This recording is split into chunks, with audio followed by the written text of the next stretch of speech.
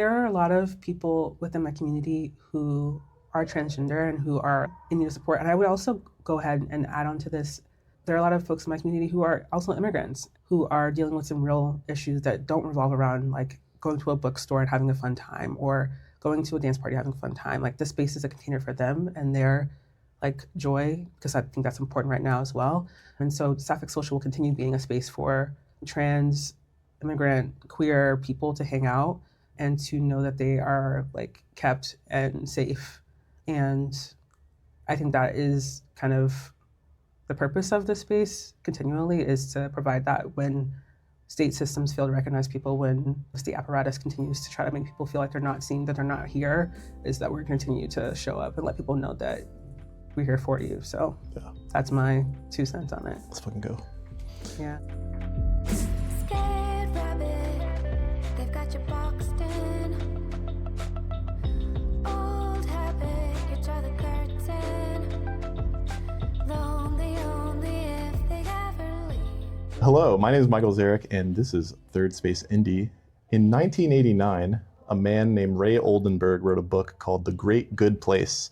And in this book, he outlined a place that exists outside of your work and outside of your home that he dubbed the third place. This is a place you can go to exist, build community, and just be with other people. And so today, I'm so happy to announce that my guest is Nya Anthony. This is somebody who runs a local organization, group, event thing called Sapphic Social, which I am excited to hear about because this is our first time meeting. And they're also a researcher whose primary area of research is how to reduce acts of police brutality in various communities. And that's also something I'm pretty interested in, especially right now. So hello, Nya, how you doing? I'm doing okay. How are you? I'm doing all right too. Thanks for asking. So why don't we start off real quick, just rip however you feel, introduce yourself. Tell me a little bit about Sapphic Social, and then maybe we get into the research stuff later. Yeah. So Sapphic Social is a group that I started back in 2024. I started on this like little app called Lex, and it's an app where people would meet and try to like build community. You can hear about local events. And I started this Sapphic Social group, like a group chat, and added people to it. We held a meetup in like early 2025. We met up at this coffee shop, actually downtown. It's in the Athenaeum building. Oh yeah, Kochek? Yeah. We met there. It was like myself, like a partner at the time, and like 3 other people that I didn't know for Adam, and I'm just like hanging out, talking. But essentially it's an events-based group, and so the whole point is to connect with other people who are Sapphic and get involved in your local community in a really meaningful way. So. And for people who may not know, can you define what Sapphic is? Yeah, Sapphic is a term that describes people who fit underneath this like umbrella. Similar to the same way people use like queer to define people who are underneath LGBTQ, Sapphic can include people who are lesbians, bisexual, anybody who like lives and loves in an orientation that like doesn't really center men. The term Sapphic comes from this like, I think she was born in like 630 BC. She's a poet called Sappho, and she lived on this island called Lesbos. And she wrote poetry about loving women. And so the term Sapphic comes from like her legacy as a writer, as a person who loves women. And that's where the term Sapphic sort of comes from. Honestly, that's a legacy we should all strive for. Yeah. That's what I'm feeling. Can you tell me a little bit about, so it sounds like Sapphic Social is way newer than I thought it was. You said early 2024, 25, or 25? 2024, I think, is when we had our first event. So I think I might have misspoke there, but it's been here as long as I've lived here. I've lived in Indy for 3 years now. Mm-hmm. That's amazing. Yeah. And it's incredible that you felt compelled to like go out and do that just like immediately as you moved in. What is the importance to you of like being able to provide that type of space? And I think about this a lot in terms of like quote unquote exclusive spaces, spaces that are exclusionary of certain groups of people technically. But somebody phrased it to me in that they were like, Michael, all spaces are exclusionary. They are, depending on who, by nature of definition nature of what they do. So why do you think your specific exclusionary space is important? I think that something that I observed when I moved to Indy and sort of the impetus for starting the club was that a lot of the queer spaces were like this queer umbrella, as I mentioned to you earlier. It wasn't necessarily that they were like grouped by certain categories, but when we talk about queerness as a category or like as a space in indie specifically, a lot of these spaces, including like the bars and even Pride, are dominated by like queer men, which doesn't really leave a lot of space for like nuance in terms of like other kinds of gendered experiences or other kinds of ways of loving. Like gay male culture is a very deep and rich culture, but it's also not, you can't like map that to every single community underneath the umbrella. And so I felt that there was a need to create more of like a subgroup that would allow people to connect on the basis of a shared identity that wasn't just queer umbrella. Like Sapphic is its own thing. And I think that that deserves like its own space to continue to grow and develop. And I don't know how to really describe it beyond that, but it just felt like there was a lack of like Sapphic center spaces. Even if you go to a gay bar, like they're gay bars, it's in the name. It's not a queer bar. So these are spaces predominantly for gay men.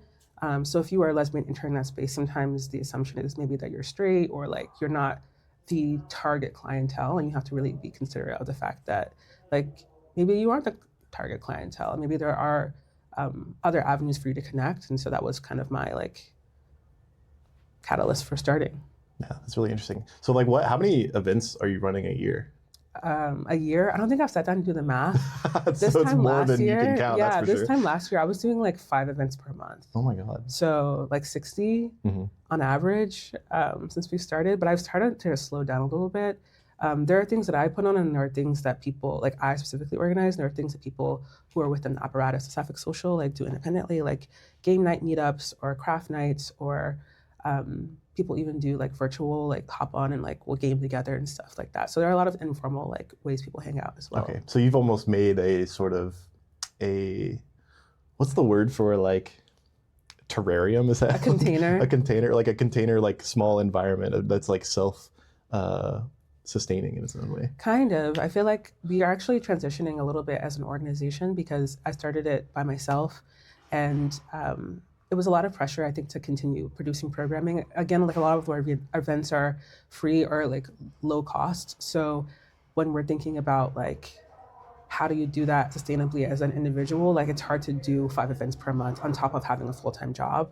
And so I feel like there's just like this, there was a need to sort of like make it so that other people can start stepping up and like leading their own things, or even things that they're interested in, right? Because things that I have interest in doesn't always mean that other people like are interested in that, or maybe they have things that are outside of that they want to champion and have like a more intersectional way of being Sapphic. So Yeah, definitely. There's like, it's like maybe you're not into like IndyCar races or something, but somebody Not wants to at do all. the Sapphic Social at IndyCar. And if they want to do that, like as long as you guys are having a good time, you're being safe and like inclusive, like I'm like, go do that. What type of stuff do you like doing? Yeah, I like dancing. So I started this like dance party called Dyke Night here. That's I think like the thing we're most well known for, which is like also one of the only like paid events that we do, which makes me sad because I'm like most of the other things are free. But that's something I really like doing. So I did Dyke Night. There wasn't anything like that here in Indy before. There were a lot of gay, like lesbian bars here in Indy, like 10 years ago, but a lot of them closed down. So I think a Sapphic-centered like nightlife event was something that the city really needed. And so I was happy to provide that space. And it's like evolved since we started. Even I think our 1-year anniversary for that will be this upcoming March. So that's one of the big things. And then also I really like reading. As you mentioned before, like I'm a researcher, I'm a big nerd. So I started a book club in partnership with Loudmouth. And so we do a monthly book club there. My friend Sarah Guffey, shout out to Sarah, leads that every month. And we'll be meeting the first Tuesday of every month for the foreseeable future. What type of like, what book do you read right now? Yeah, right now we're reading a book called Love and Sports Ball. I think by Mika. Love and Sports Ball? Yeah, well, I think the other title might be Taken, Love and Basketball. I think that's, that might already be occupied. That's So, but it's like a romance, and Yeah. it's a cute story. I'm reading it right now. That's funny. I like that. And obviously like heated rivalry is like that's the hot topic right now. It is a hot topic. I have my thoughts, but I'm going to save that. That's not what we're here for. What are some like frequent like places? Because when you host Am I allowed to say Dyke? Is that a word I'm allowed to say? I guess we'll find out. Is Dyke, when you do Dyke night, or like what, you have businesses on rotation, or do you go to the same place? Yeah, so I feel like in terms of like pop-up, like sort of underground events in Indy, there are like a few spaces that people go to. And so I was in contact with like local organizers here, like Elgin, Slap House, Juice Slap House, who does Club Cunt, and trying to figure out spaces to do that. So we have like a few spaces on rotation that we try to feature. But again, like the event has grown so much. The first one, like I think we sold out within like a day of posting tickets. When you say sold out, how many tickets? I think the first one we had like 150 tickets that sold out, and now we're up to like I think 250, almost 300. What? Our last one that we did was back in October, and that one was like crazy. We had like vendors doing like tarot readings and face painting, and we had some like cotton candy machine and an arm wrestling contest. People get really like hyped to do stuff together, and so I really like, I don't know, I like the idea of like just harnessing the community energy to like figure out what people want to do and like really tap into that. Mm-hmm. There's like this overwhelming, God, this is the theme of the podcast. There's an overwhelming desire to get out of your house and hang out with people. People just need the environment or the, what's the word I'm looking for? Somebody to oversee that situation for them. A lot of people are, either unwilling or unable or any of that type of thing to activate that in their way. So when you are creating that environment for people, of course they're going to show up. So I think that's really cool. Yeah, I mean, I do think there's a like lack of Sapphic leadership broadly. I think that anybody can do this, and I really do encourage people to like step up, because if you can think about it, and it sounds corny, but if you can like envision something, like you can create it. You really just have to start trying. Mm-hmm. I just was like posted on this little app. It was like, who wants to get coffee? And that's how this started. So from having a coffee of 5 people, coffee meetup of 5 people, to events that are like 300 people with like, that's too many people. But when people are there, they're like locked in. And I feel like people make connections. Like people I know now are dating people that they met there. They've broken up since. It's just like, that's a part of it. It's just like being together and working through the messiness of it. So. Yeah. Do you like the messiness? I won't say yes. I won't say yes. It's hard at times. I feel like I've been like brought into people's interpersonal dynamics, but I think that like the conflict of it's always made the space better. Mm-hmm. Like every single time I've had conflict, it's always made the space better. Whether that's someone being like, I don't like how you did this, then we would shift that. You know what I'm saying, in the future to like accommodate, because I think that I don't have all the answers, and people who have like valid concerns about safety, or whether that's like making the space more inclusive or dynamic, I feel like I invite that to the space. I will say like one of my biggest like lessons learned has been like, if you want to provide a suggestion, I think you should also provide like the follow through or labor, because I think that this does take labor, and I want people to like understand that and not just see it as like you show up with a lot of charisma and charm and things happen. Like you have to plan, you have to be like willing to show up. And I think that, again, like the feedback is helpful, but also people who are willing to step up have been really helpful to transform this community and make it to like what it is now. Definitely. I'm a huge proponent of, I call it, I mean, it's not that revolutionary, but just like solutions-focused thinking. Solutions focused, yeah. Yeah, because people love to bitch and love to complain, but a lot of people, they fail to see like, there's this thinking in like game design. People are really good at identifying issues in a game, but not a lot of people are good at identifying like what the solution is. Mm-hmm. So it's like when somebody is able to identify a solution, bring it forward, and then like push to actually change it, that's definitely helpful. I agree. So what, I guess maybe, it seems so cliche, but like what, because you're so young, so clearly you have do you know how old I am?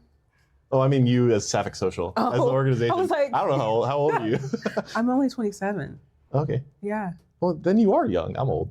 Oh. I'm only 30. That's not old. You're not old either. Yeah. Sapphic Social is young. Yeah. We are young too, but when you think about your organization, like what is sort of next? Are you looking to become like worldwide?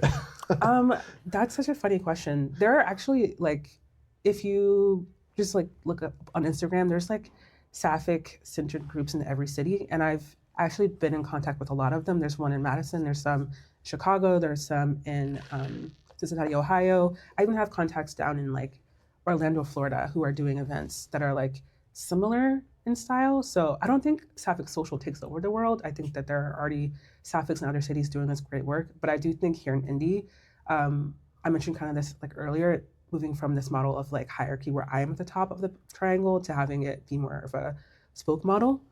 So there's different spokes that control activities. So like there's one for Dyke night, there'll be one for book club, there'll be one for like our outdoor meetups. And then we have one called like wild card where people can kind of pitch like new ideas and kind of like use the space as an incubator to like innovate social gatherings.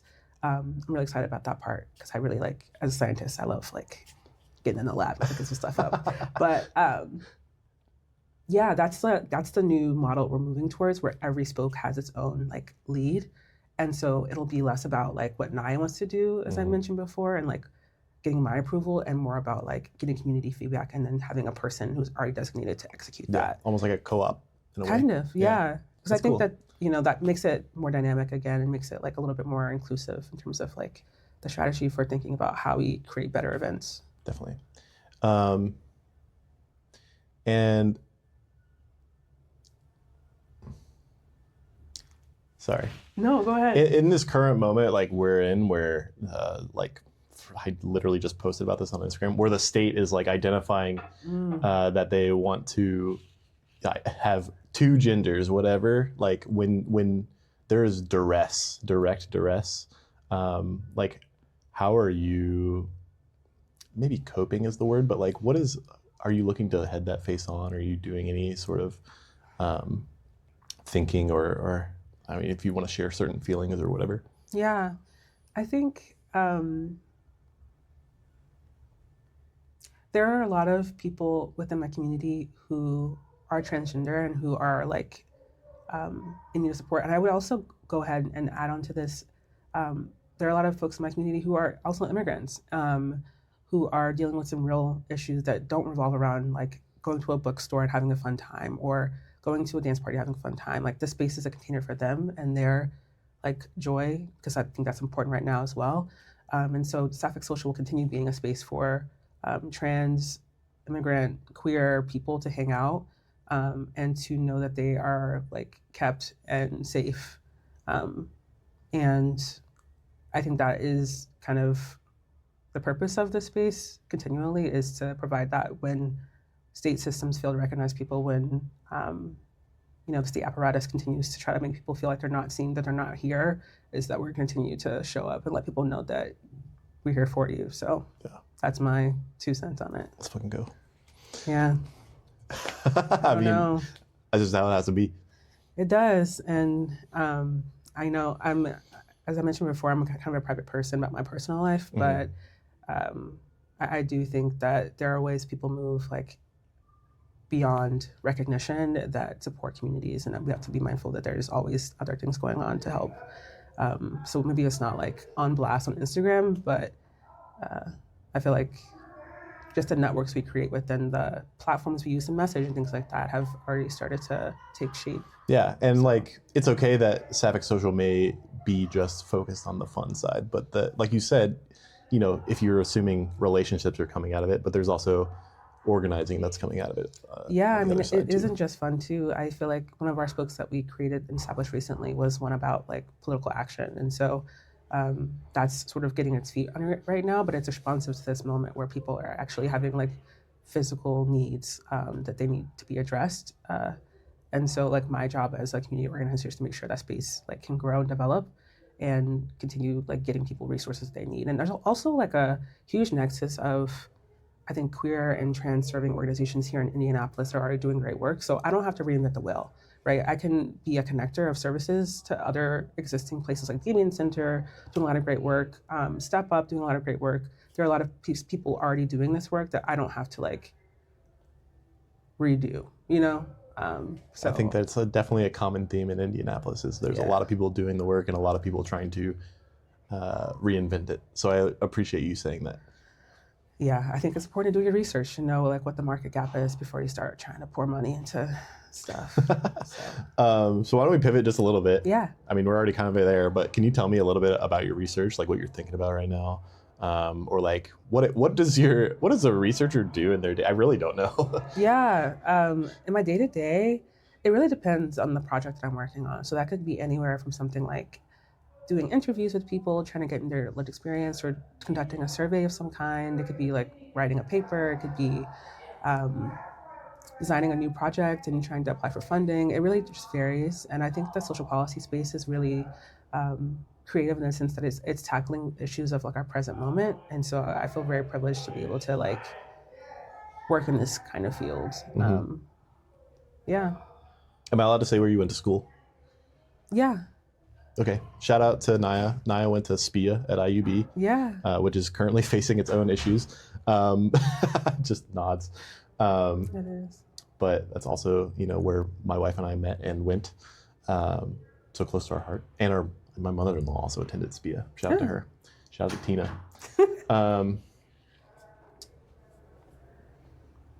I don't really have a statement based off that, but you're so cool. I just want to say that. Oh, you're thank dope. You. Well, I would say this about SPIA. I feel like the whole like public leadership model is really important. And I think that there are a lot of people who are seeing things happening that they don't agree with, and they want to take a stand. They want to step up and like be a part of something that they feel like is a force for good. Some people are doing it for evil. Not everybody's on the side of good, in my opinion. But I do think that like we need more people who look like me to be leaders, because I think that we bring a very like inclusive perspective to the space. And I keep saying inclusive because I don't have a better like sense of language for what it means to like bring your lived experience somewhere and like be able to be mindful of that when you're designing like spaces. But there's just certain considerations that like you might lack because of your experience. And I think that people of color, specifically women of color, like as leaders in queer spaces and all spaces, like are very important. So I feel like SPIA allowed me to become a leader in different kinds of ways. And I think that that space is really helpful for a lot of people. Thank you for sharing. That was dope. Yeah. My foot fell asleep. I got to switch. No, that's why I swapped legs. Yeah, I'm gonna do like you. What did you study? Yeah. Like, what's you got a master's? Yeah. Because you went to grad school? I got 2 masters. Oh my God. Yeah. Let's go. Yeah. So I studied community and economic development. So my degree is in public affairs. And then that's one degree, master's public affairs. The second degree that I have is in African-American and African diaspora studies. Okay. And so that department is currently at IUB is currently like being merged within others as this like cuts to DEI initiatives kind of thing goes. But I study Black history and I also study like policy. And so for me, that emerges in like looking at historical events and sort of challenges to figure out like our future and like how we go from there. So that's kind of where the policy background happens, and like this investment and trying to figure out alternatives to using like force and police to support communities, because we know these things don't work. Historically, they just don't. They lead to like worse outcomes for people. People are in jail, are having like employment difficulties once they get out of jail. And so how do we stop people from even getting in that pipeline in the first place is like where sort of I am most passionate about trying to figure out solutions there. I think the other component of that like is like the through line for me is I just love history, like broadly, whether that's Black history or queer history. And so for me, like seeing queer history, seeing like Dyke night parties from like 1990, 2000, and I'm like, where are those at now? Why don't we have those now? And I think like even there are some archival pages that I use as inspiration for when I'm thinking about like designing events, that it's like there's so many blueprints that already exist. It's just up to us to go and find them and like pick them back up. Like I did not invent the idea of a Sapphic community.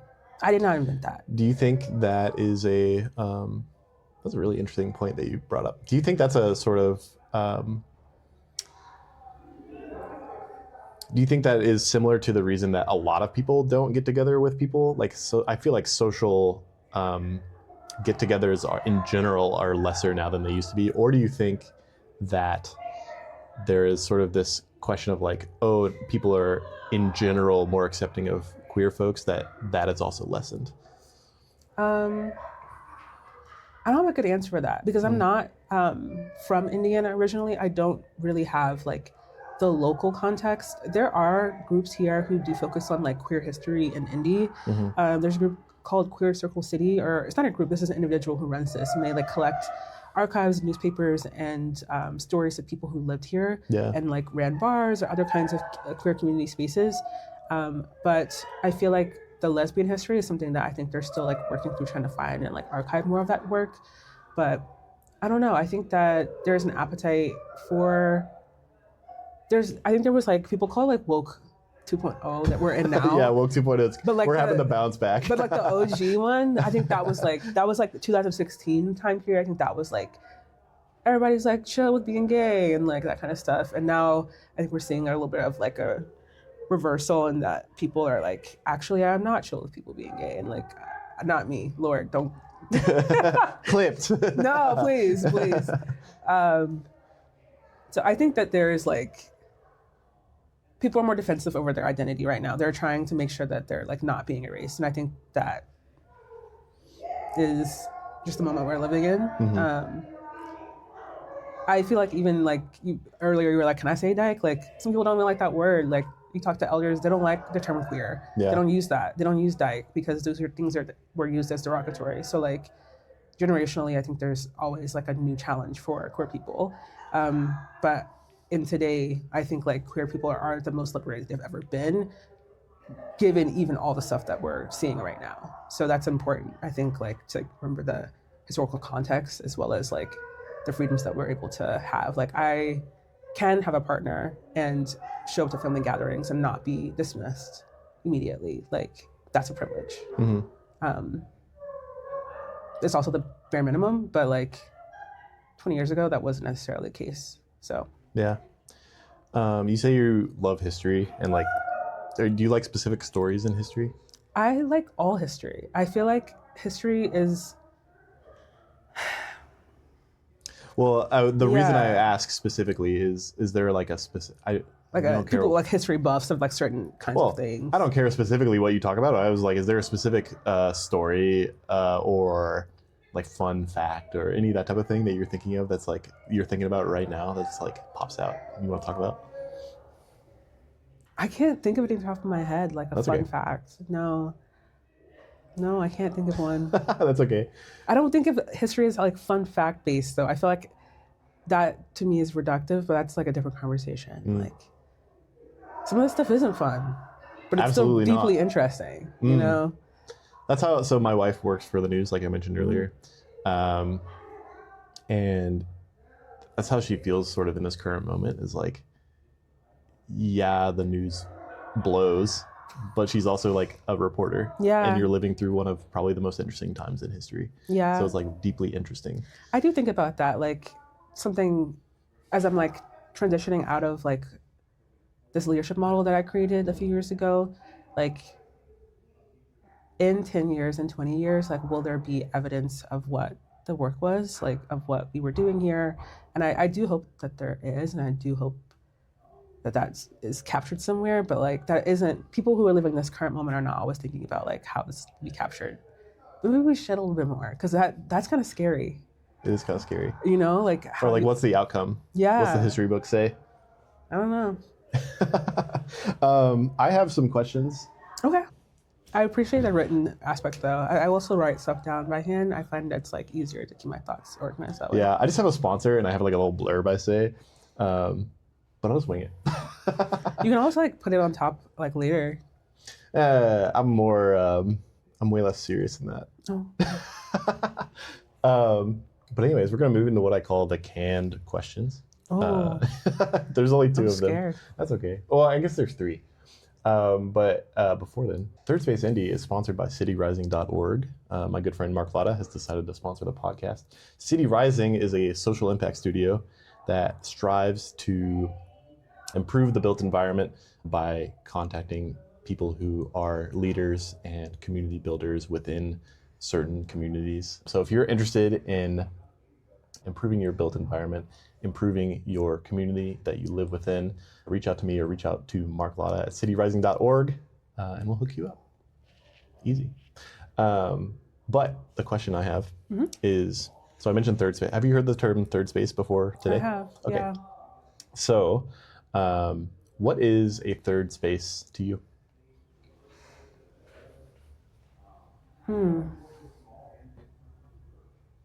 I think of third spaces like, I think it's most easy to see them from a perspective of like what children experience. Like they have the home, they have school, but they can go to the library or they can go to the park. But I think it's much more difficult as adults to find that because we lack a sense of play as adults, or we're like that's sort of taken away from like how we're supposed to experience adulthood. So I think of third spaces is where we can play. And that might look like reading a really silly book together and just talking about it. And even if you don't like it, just like talking about how much you don't like it. You know, Yeah. I have a friend who comes to book club every week, hates every book that we read. And I'm like, girl, thank you for being here. Wait, that's 'Cause awesome. That's play. You She know? reads the book and she goes, man, that sucked. And I love that about her. And I know this person will consistently show up and not like the book, and that's part of the play. But then when she does like the book, Then it's like, that's a momentous occasion. yeah, it's Or like, momentous? What's the word? yeah, it's like, I'm like always gagged. I'm like, what? You liked it? Like, That's so funny. yeah, so I think that their space is a place that you can play. It doesn't require us to like work. It doesn't require us to like, just be comfy mode, but we can show up as ourselves and like enjoy the company of other people in a meaningful way. I'm so glad you said that, because that's in a lot of ways, like that's how I think about this podcast, because I think people, when they sit down with each other, and like when someone reaches out to me and they go, oh, what questions are you going to ask? It's like, I don't want to send you a list of questions and then sit there and read it. And I see. Because it's like, no one wants that. No, that's fair. That's fair. Like this idea of play, like through conversation, through mutual understanding of each other, through just sitting together and talking about whatever comes to your mind, I think is something like a lost art, literally. Like the way I used to think that small talk was like pointless, but in a lot of ways, like it's the real like humanity of it. It's like, you just talk about the weather, bro. I don't know. That's real. And I feel like one of the things, like, I don't know how many lesbians or people that like that, but like one of the tropes or like stereotypes is that like lesbians stay in the house. We don't go outside. You don't hang out. Yeah. And I like every time I host an event, someone comes to the space for me for the first time with these like canned perspectives on like what it means to be in that kind of like community. And like, I'm like, no, actually, like, no, we can go outside. And actually we're gonna go to the bar right after this book club, because we're not gonna do that. I think that that's dangerous to like put ourselves in these like small categories. Like we deserve to have play. We deserve to like be expansive. We don't have to like exist within these tropes and like make them true by virtue of just like not trying. So it's also like people love to generalize. They go, all lesbians be like this, all white people be like that. It's like, no, people are whatever. Diverse, expansive. I remember I was at a book club once. I keep talking about book clubs. I love book clubs. I love. How many book clubs are you in? At present, I'm in 2 standing, like 2 actively. So the Sapphic Social one? Yes. What's the other one? The other one is a like Black femme one, and this is like a virtual one. Oh, really? And this is national. And we're reading the Gilded Stories about Jewel Gomez. It's like a lesbian vampire, but she's like born into slavery. Okay. But she gains her freedom, becomes a vampire, and lives from 1850 to 2050. And it shows her life throughout this span, but the whole time she's a Black woman. And so is there like a little sci-fi element happening? Yes, okay. it's so cool. So like you get the progression. Yeah. That's but cool. they project like by 2020 that like we're entering like economic decline and like food's going away. When was this written? This was written in 1999, I want to say. You're like, oh no. I know. I mean, a lot of Black lesbian writers, Octavia Butler, will like write about this kind of stuff. I mean, people talk about Octavia Butler all the time, but there's like a lot of other people who write in similar ways that like predict the same kind of pattern. I don't know. Maybe Black lesbians have the key. I don't know, guys. Yeah, let's generalize. They all can see the future. That's it. I mean, listen. I don't know. That's so funny. So third place is a place you can play. Play. That's an easy tagline. By extension, follow-up question. What is a third place for you? For me. For you that has existed previously but does no longer? And it doesn't have to physically not exist. Also, it can still be in existence. You know what I'm saying? Yeah. I will say that their space that I really enjoyed was a YMCA that was in the Athenaeum building. They recently, I think, like decommissioned it because they're reusing the space for something else. Yeah. So now it's actually, sorry. It's like a different one. So it's now called Turner's Gym. It's been absorbed by the Athenaeum because the Athenaeum's a nonprofit, so they have absorbed it. Turner's Gym is in reference to the Turners that founded the gym. So it's still a gym in there. Okay. Well, there was this like older Black woman who taught this like really fun class every like Tuesday, Thursday morning, 7 a.m. It was like a sunrise yoga class. I loved that class so much. That was like my favorite space to be. And it no longer exists. That's like the first thing that I did when I moved to Indy. Like I prioritize like being in walkable areas. And so that was my gym, that was my class. Like I knew this person, I knew what I was gonna expect when I went in there. It was a very friendly environment and I missed that. Yeah. I missed like moving with other people and not like really like, I don't know, just showing up together. I think was very beautiful for me and it no longer exists. So. Do you remember her name? I don't. Oh, you just totally disappeared? But she's in my mind's eye. I'm holding her here. I love that. So you live downtown? Yeah. Okay, cool. Is there anyone at Sapphic Social that you want to give like a shout out to? You just like anyone you want to name drop, be like, yo, that person's had an impact on my life. Not to like hype anyone up or leave anyone out. I would say like the two main people that come to mind are my friend Sarah. Sarah stepped up and took over book club when I was trying to figure out like ways to balance all the things that I was doing with the club. And then a close friend of mine named Brandy like really has become like kind of like the Sapphic Social like mayor, like emperor, like almost like everybody knows Brandy, everybody loves Brandy, and Brandy like really brings a beautiful energy to the space. And these are both Black Sapphic people who, and this club is not exclusive to Black Sapphics. And I like to put that out there because people assume because I'm Black that there's supposed to be some kind of like other meaning to the fact that I'm Black and running this group. But this group is for everybody of all races. But the leadership of the club is like is historically by Black Sapphic people. So those people, Brandy and Sarah, are like, I love them deeply. I love both of those guys. Let's go. A lot, yeah. I appreciate it. That's cool. You're such an interesting person. It almost makes it harder to ask questions. I mean, what are you like thinking about right now? I'm thinking about going to yoga. Yeah. A part of the reason why I wanted to take a step back from like leading so much of the like work that we were doing is so that I can focus on like my other passions. I like to do a lot of different kinds of things. I'm a researcher, but I also run community events that like do wet t-shirt contests. Like I'm a very expensive person. Wet t-shirt contest. I mean, so the Athenaeum. Yeah. I was actually there this morning. It's funny that we were talking about that.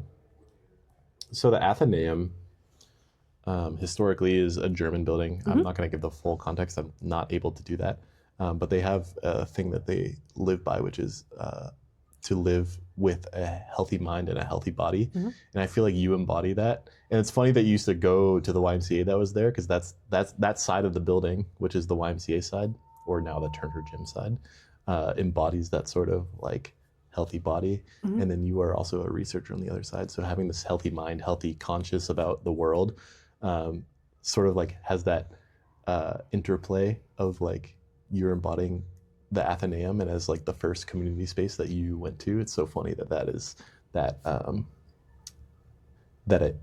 it turned out like that for you. But I wonder if your desire to go do yoga is like calling you back in some way. Maybe. I think maybe that like jump-started something for me. But I used to also do co-work out of there whenever. That was also the first meetup spot of Sapphic Social. Oh, really? So like that is kind of the nexus for me. Do you know of Craig? I don't know nobody in there. Craig Mintz is he's like the CEO. I don't know how new he is. Yeah. Shout out to that guy. I've never been to the Rathskeller, which is like the beer garden thing. It's cool. Yeah. And they do like a market in the wintertime. You should go. I did mean to go this year, but it was so cold all winter. That's fair. Yeah. It's a cool space. So what like, you're not only doing Sapphic Social stuff, and you're not only reading. What are you doing? I'm watching Bridgerton. Shout out to Bridgerton. Shout out to Shonda Rhimes, actually. That's She's so funny. Brilliant. I really, as you can probably tell by the theme of my discussion, is like, I really fool with Black women who can create a universe that doesn't exist. Like creating either that's like cinematic or like community spaces or like through literature, like any kind of person who create a universe that does not already exist and like contain itself, that's magical as fuck. I really think it is. I think there's like an alchemy that happens there. So Bridgerton is like this really cool show, and I think people should watch it. I love that it's sort of an aggressive reimagining of like Victorian England. I would Or argue that maybe aggressive is not the right word. Yeah, I would argue that it's almost like Afrofuturism. It's like what it's like looking. The term is a little bit misleading. It's not just about what happens in the future. It's about like if we were to look at Black people without the lens of like white colonialism, past and present, and merge these two, like what would that look like? What would it look like for the Queen of England to be Black? Without does that make sense? No, we went to I was in Los Angeles last week. Yeah. We went to the LACMA, which stands for Los Angeles Museum of something. LACMA, I don't know. Of art? Los Angeles Museum of something art. I don't know what the C stands for. Maybe it's Contemporary. Oh, LACMA, LACMA. So Los Angeles County Museum of Art. There we go. Nice. Got it. But there was a very large display in there. I do not remember. I might have the paper in my backpack, but I do not remember the name of the artist or the title of it. But Just like costume design? so you're talking about this concept of Afrofuturism or a reimagining of history where like you put Black people in stronger positions of power than they were historically. And there was this entire theme of that going through this museum display where it like showed, there was this room where it had statues flipped on different sides of itself. So on top was like Napoleon. I'm gonna totally butchering this, but on the flip side was a leader that was shown in opposition to Napoleon that was a Black man. And it did that throughout the room with varying leaders. Like it did there was two writers and there was two like wartime generals and there was two like kings, and just showing that sort of like just sort of rethink the way the world would be if you put these people as the prominent figures in history as opposed to someone like Napoleon. Yeah, I'm curious who the Napoleon opposite was. I'm gonna probably guess someone from the Haitian Revolution, maybe Toussaint, but... Oh, that's who it was. Oh, good. I mean, we talked about history earlier, and like that's part of it, right? Is that also whoever wins, quote unquote, wins these battles or these like cultural wars or real wars, like get to write the stories, and that's why Napoleon is so prominent. So when someone flips it on its head, it's like this is actually a more complete view of history because it's inclusive of like people who are seen as like the losers. Actually, Haiti won. Haiti won their independence, so they're not the losers, and Napoleon should be on the bottom side of the statue because he lost. So. Yeah. I really Napoleon is like the only figure in that whole room I remember, just because there was a recreation of him on the horse that from the painting. But I just remember like being so taken aback by like, it's like, oh yeah, you really should like rethink about how this is like your perspective on the world. And it was a really cool art display because there's literally like 5 different rooms. One was like a Black barber shop where it focused on certain types of hairstyles. And one was like how it was a encyclopedia focused room. So it was like focused on like how encyclopedias are written and like from the perspective that they're written on. Yeah. And there was one that was like in a laundromat that was like totally grayed out, and like thinking about, at least what I took from it was like what it's like to be in this sort of like very drab room, because like the entire room was gray. It was really odd to like exist. It was really interesting. I'll send you the name of that thing when I figure it out later. Yeah, let me know. Anyways, is there anything else you're thinking about right now? Did Bridgerton, sorry, to go back to that, did Yeah. Bridgerton just come out the new season? They just, yeah, like I think last night maybe was like when it Oh, dropped. really? Yeah. That's funny. So everybody's up like watching it real late. I was. My wife loves Bridgerton. She got good taste. I don't Shout watch out. TV very much. This is Patrick Armstrong, who is a friend of mine. He always makes fun of me when I say that. He's like, "You need to catch up on the pop culture stuff." Pop culture is culture. You know, it does drive a lot. Heated rivalry, people are going nuts off of that stuff. Oh, see, you brought up woke 2.0 Yeah. recently. People were like, "Oh, this is the sign." Like they have like, so they did. You know, like you go to sporting events and they always have the kiss cam, and it's Yeah. always like heteronormative. Yeah. But at the hockey games, they're doing like the heated rivalry cam. Hockey people need all of the good press they can get.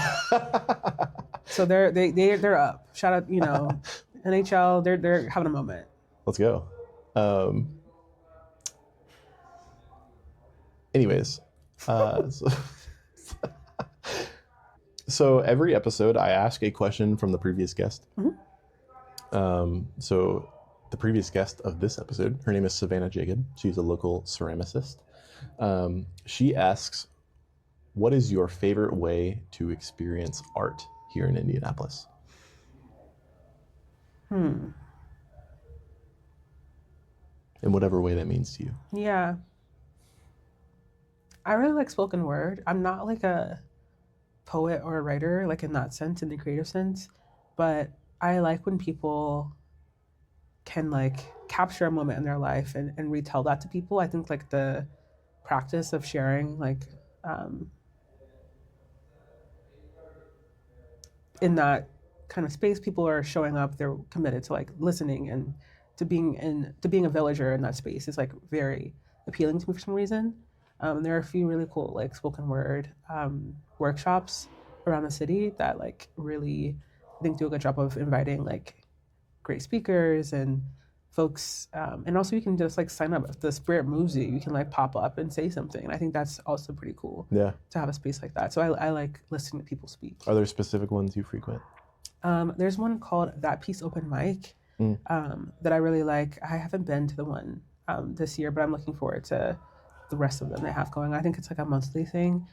It's probably my favorite. Yeah. Yeah. Have you ever participated in an open mic? No. So- I that's not my thing. I do like a lot of other things. I don't have to do that, you know? Wait, so when you do, that's so funny that you said that. So first of all, I went to an open mic recently, and when I walked in, they were like, "Oh, do you want to sign up?" And I was like, "God, no." It's like, But they ask because people sometimes don't know, and they're like, maybe I do want to sign up. well, it's been lingering on my mind, and I Yeah. think that might be a goal for the year is to like do that. Is that top of the hour? Probably. Yeah. But the one I went to was not necessarily like poetry focused. It was just one of the people do poetry, people do short stories or whatever.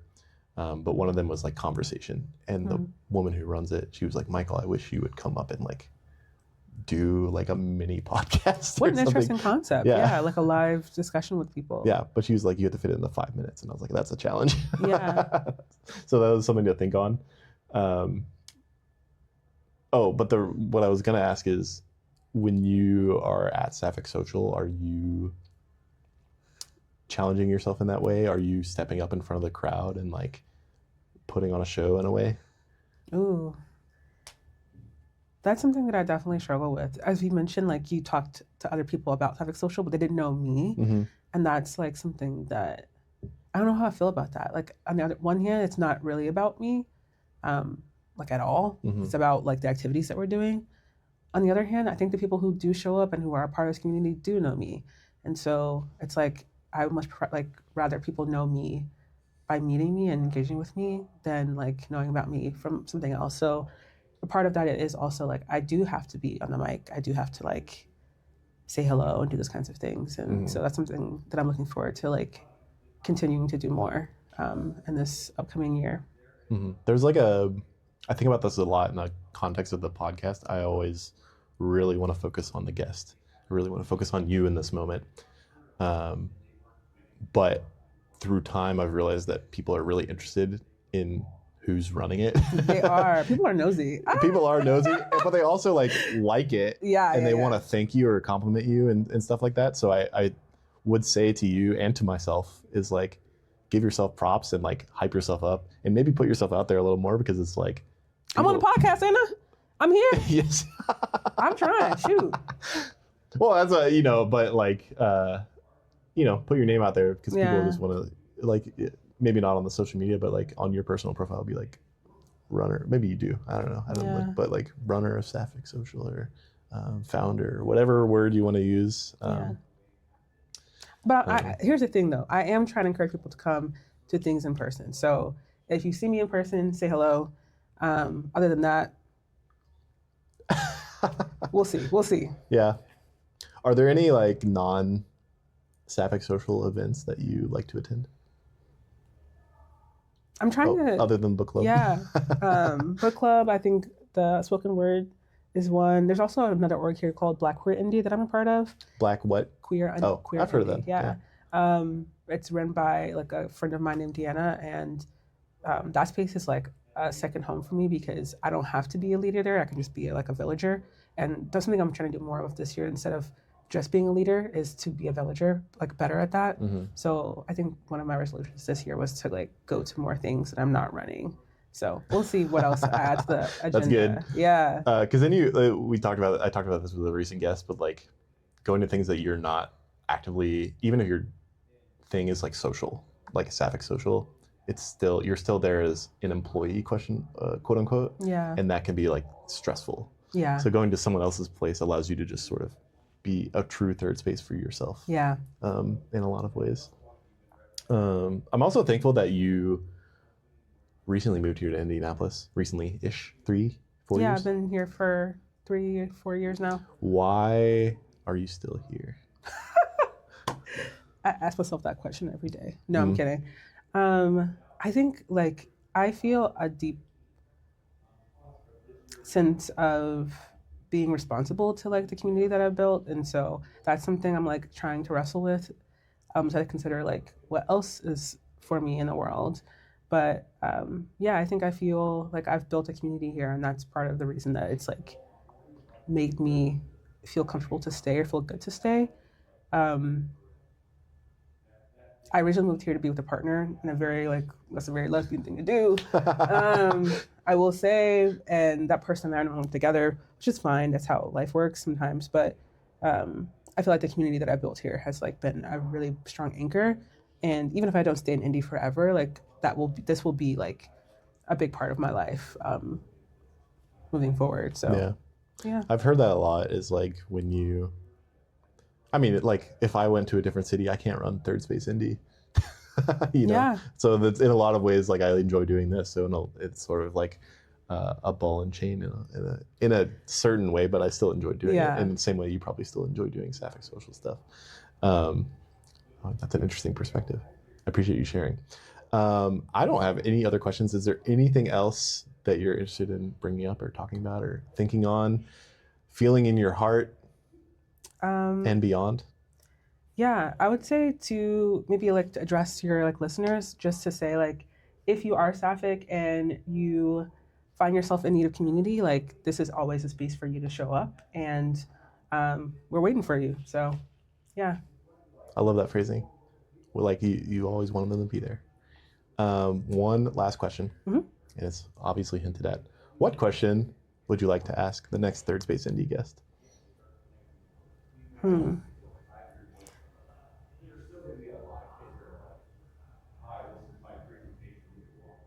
I think I'm thinking a lot about leadership recently, and like, just because you start something doesn't mean you're inherently a good leader. And that's like, you have to learn, like, and sometimes that's really ugly, like bad. So I think I would be curious for whoever you host next, like how they think about their own leadership, even if they're not like categorically a leader, but like, I think in every way that we exist, whether you're a supremacist who owns a studio, like you're leading a community of people through the art practice, right? Yeah, like what does leadership look like to you, and maybe like how can you become a better leader? Because I think I'm looking for examples. I think of that's such a good question, because like one of my favorite quotes from the podcast is that just because Actually, the phrasing is, you're not a true leader if no one is following you. And I really, my mom actually texted me that, actually. She goes, Michael, that was a really good quote. And when I think about like myself and what I'm trying to do with this podcast, which is just highlight people around town who are doing their very best to create space for people, whatever people is to them. Like, how do I make it so people show up to Sapphic Socials? How do I make it so people go on more We Walk Indie walks, that type of thing? Like, how do you inspire people to actually like leave their house? Because at this moment, we need people to leave their house and get out and connect with others, because that's how you form a mutual understanding. And I think that is the crux of my leadership, is like, am I doing enough to like inspire people to leave their house? I like that, because it's cold and it's scary out here. So leaving your house, that's a tall order. But if you can get people out of the door, like, that's half of it. I like to say, though, like, when people show up one time, they might not have a great experience. I hope that they do. But if they don't, keep showing up, keep meeting people. And I think you build a network of familiar faces, and that's how you build a community. So, yeah, definitely. So the first impression is always hard. You never know. Great question. Yeah. Thanks for coming on. Thanks for having me. Nya Anthony, founder, leader, maybe not in the future, of Sapphic Social. Can you tell the people where they can find you or your organization, whichever you prefer? Or both? You can find Sapphic Social on Instagram at Sapphic Social Indy. And then you can find me at FemVFo. Fem spelled this way. FemVFo? Yeah. That's a good name. That's my name. Actually, my ex-boyfriend made me this shirt. What do you prefer, fem or foe? I'm a femme, but everyone who's against me is a foe. Yeah. Oh, I see. So it's like a literal. Yeah. It's you against the world. It's me against transphobes, homophobes, people who are anti-Black, all of them. Let's fucking go. Yeah. That's so good. On Instagram? Yeah. I need to follow you. Thanks for listening. Thanks for listening to this episode of Third Space Indy. Thank you, Nya, again for coming on. You can find me at Third Space Indy on Instagram.com, or by going wait, I said that wrong. You can find me at Third Space Indy on Instagram, or by going to thirdspaceindy.com. Sometimes I write a blog. I really have been slacking on that recently. Thank you so much to Mark Lotta for sponsoring the podcast, and cityrising.org for doing so. Thank you, as always, to the local artist Jennison for allowing me to use your song Scared Rabbit as the intro music. Thanks once again, as always, for watching. See you in the next one. Goodbye. Great job.